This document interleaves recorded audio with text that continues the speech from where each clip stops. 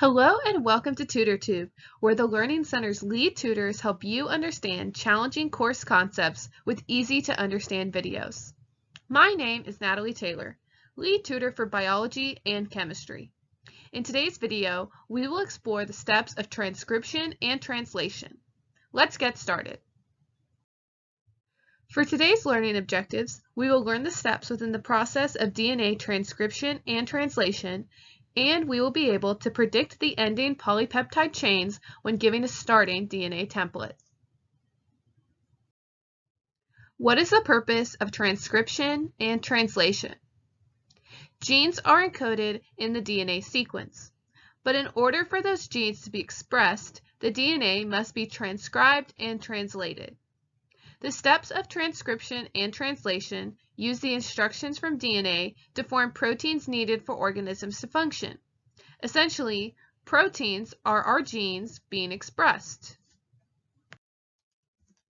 Transcription occurs in the nucleus of the cell. Usually, the entire length of DNA is not transcribed, only a specific portion of it.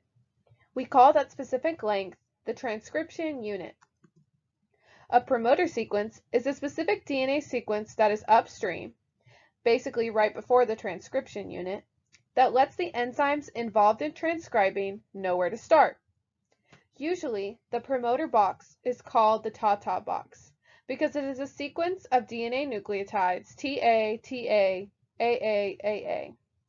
Enzymes will identify this sequence and bind to the strand and begin transcribing from there.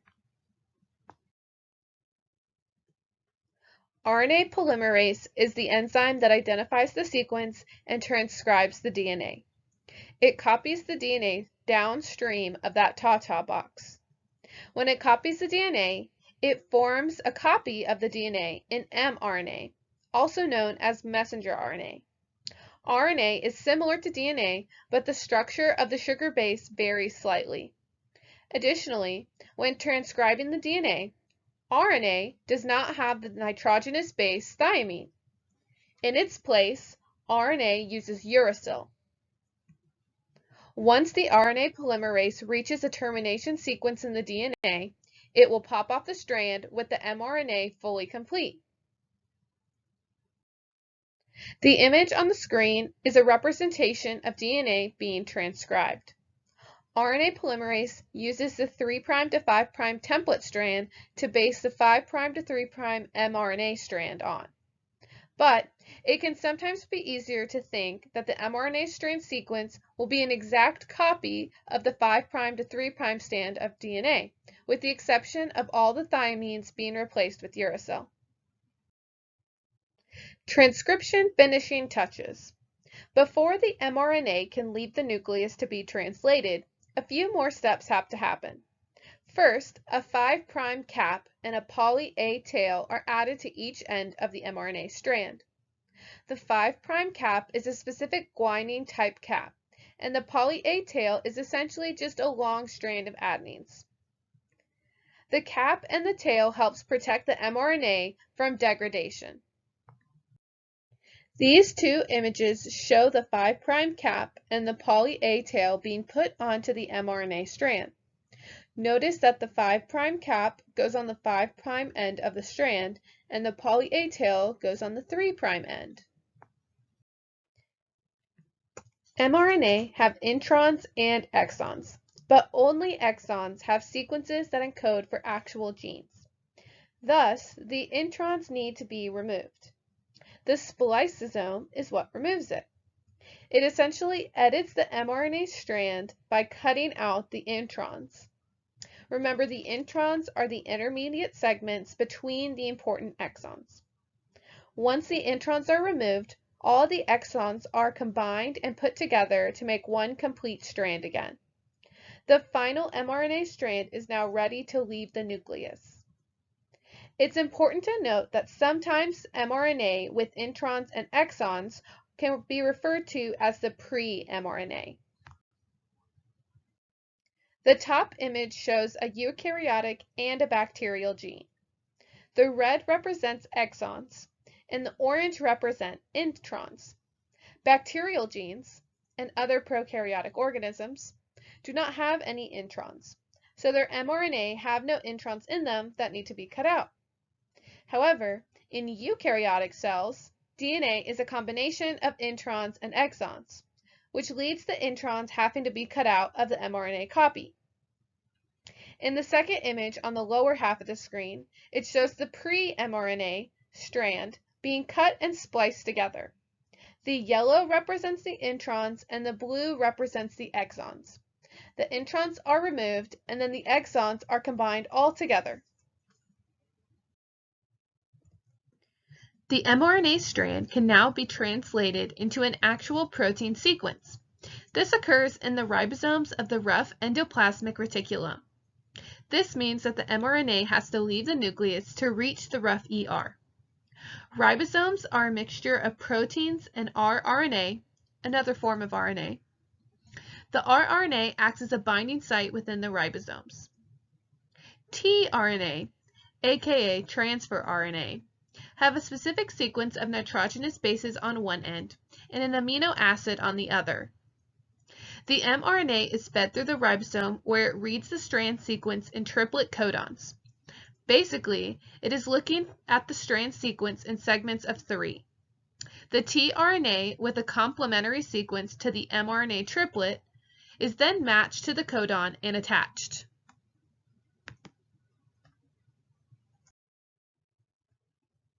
For example, an mRNA strand that had a triplet codon AUG would match with a tRNA sequence UAC. The A matches with U, the U matches with A, and the G matches with C. The complementary sequence is called the anticodon. The tRNA sequence that matches to the codon brings an amino acid to start a growing polypeptide chain. As the mRNA is translated down its strand, more and more amino acids are added to the chain, and they are being covalently bonded together.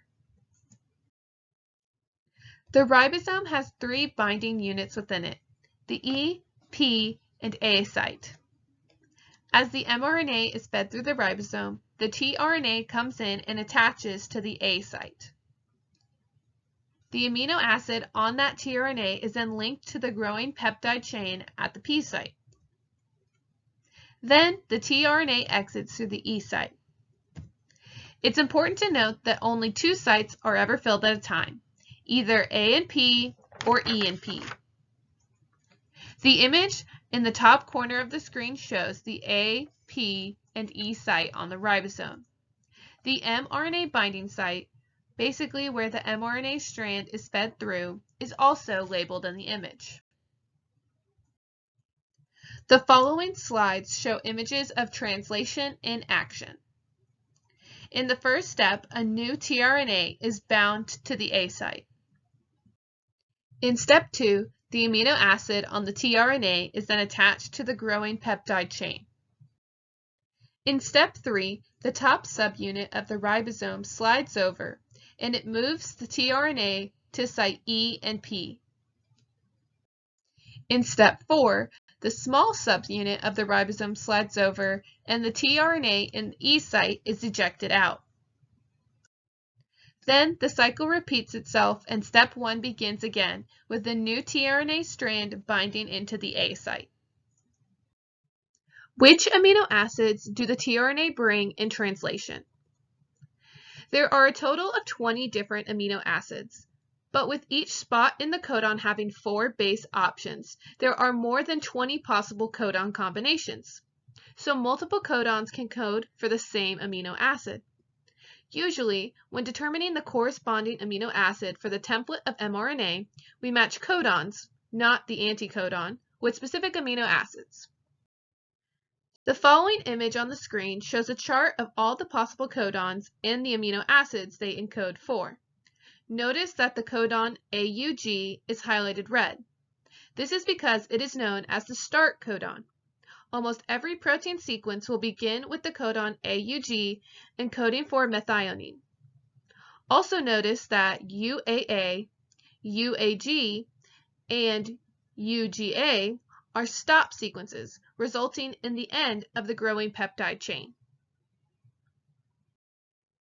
What do the amino acid chains do? The single polypeptide chain of amino acids is considered to be the primary structure of proteins.